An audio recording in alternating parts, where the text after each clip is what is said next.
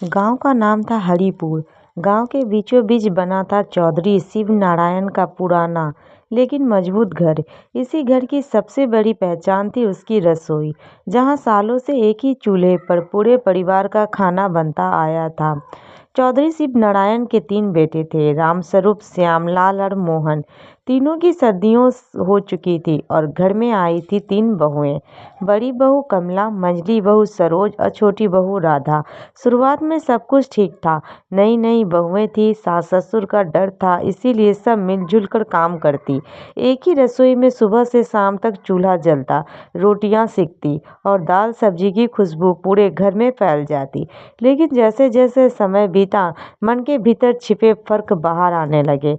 कमला, बड़ी बहू, खुद को पूरे घर की जिम्मेदारी मानती थी। उसे लगता था कि वह सबसे अनुभवी है, इसलिए रसोई पर उसी का हक है। सरोज मंझली बहू थी, ना ज्यादा बोलती ना ज्यादा झगड़ती, लेकिन मन में बहुत कुछ दबाए रखती थी। राधा सबसे छोटी थी, पढ़ी लिखी और थोड़ी तेज दिमाग की। उसे लगता था कि हर काम बराबरी से होना चाहिए। रोज सुबह रसोई में बहस शुरू हो जाती।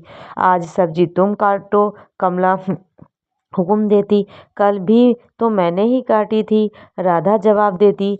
सरो चुपचाप आटा गूंथती रहती, लेकिन भीतर ही भीतर उसे भी बुरा लगता। धीरे धीरे बात खाने से बढ़कर हिस्से बंटवारे तक पहुंच गई। कौन कितना सामान लाया, किसके मायके से क्या क्या आया, किसका पिता कितना कमाता है, यह सब बातें रसोई की आग में घी का काम करने लगी। एक दिन बात बहुत बढ़ गई। राधा ने साफ साफ कह दिया, माँ जी, अगर ऐसे ही चलता रहा तो अच्छा है, रसोई का बंटवारा हो जाए, हर बहू अपनी रसोई खुद संभाले। कमला तिलमिला गई, अरे छोटी, तू क्या जाने इस घर की परंपरा, एक रसोई में खाना बनाना ही इस घर की पहचान है। सरोज पहली बार बोली, लेकिन दीदी, पहचान के नाम पे हर बार हम ही क्यों दबे। सास पार्वती देवी चुपचाप सब सुन रही थी। उनका मन भारी हो गया। उन्हें याद आया कि कैसे उन्होंने भी अपनी जवानी में एक ही रसोई में सबके साथ काम किया था, बिना शिकायत के। लेकिन जमाना बदल गया था। शाम को तीनों बेटे भी इस बात में कूद पड़े। रामस्वरूप माँ के पक्ष में था, श्यामलाल बीच का रास्ता चाहता था और मोहन अपनी पत्नी राधा की बात समझता था। घर का माहौल भारी हो गया। आखिरकार पार्वती देवी ने फैसला सुनाया, अगर बंटवारा ही समाधान है तो ठीक है, लेकिन याद रखना, दीवारें बढ़ जाएगी, दिल नहीं। अगले दिन रसोई का बंटवारा हुआ। एक कोने में कमला का चूल्हा, दूसरे में सरोज का और तीसरे में राधा का। बर्तन भी अलग अलग कर दिए गए। शुरू शुरू में तीनों को लगा कि अब चैन मिलेगा, अपनी अपनी मर्जी से खाना बनेगा, किसी की दखल नहीं होगी। लेकिन कुछ ही दिनों में मुश्किलें सामने आने लगी। 3 चूल्हे जलने लगे, लकड़ी ज्यादा लगने लगी, मसाले अलग अलग खत्म होने लगे। कभी नमक किसी के पास नहीं तो कभी तेल किसी के, और ये खत्म। पहले जो काम मिलजुल कर आसान हो जाता था, अब अकेले में बोझ लगने लगा। सबसे ज्यादा परेशानी सरोज को ही। उसका पति कम कमाता था, कई बार उसके चूल्हे पर सिर्फ सूखी रोटी बनती, जबकि बगल में कमला के यहाँ सब्जी की खुशबू आती। राधा के यहाँ कभी अच्छा खाना बनता, कभी बिल्कुल साधारण। एक दिन सरोज की बेटी भूखी सो गई। रात को सरोज की आंखों से आंसू बहते रहे।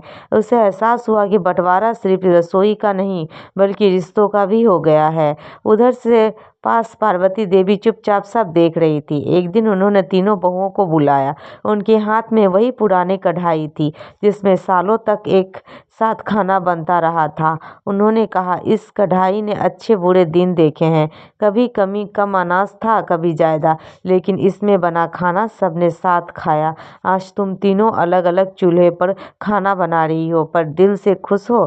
तीनों बहुएं चुप थी। कमला की आंखें झुक गई। राधा को अपनी जिद याद आई और सरोज के आंसू बह निकले। राधा सबसे पहले बोली, माँ जी, हमसे गलती हो गई, बराबरी चूल्हे अलग करने से नहीं, समझ से आती है। कमला ने भी कहा, मैं भी हक जमाने में अंधी हो गई थी। सरोज ने कांपती आवाज में कहा, मुझे बस साथ चाहिए था। उस दिन तीनों बहुओं ने फैसला किया कि रसोई फिर से एक होगी, लेकिन इस बार जिम्मेदारियां बटेगी, दिल नहीं। अब कोई हुक्म नहीं चलेगा, हर काम बराबरी से होगा। कुछ ही दिनों में घर का माहौल फिर से बदल गया। एक चूल्हा जला, एक कढ़ाई चढ़ी और एक साथ बनी रोटियों की खुशबू पूरे घर में फैल गई। फ़र्क सिर्फ इतना था कि अब तीनों बहुएं पहले से ज़्यादा समझदार हो चुकी थीं।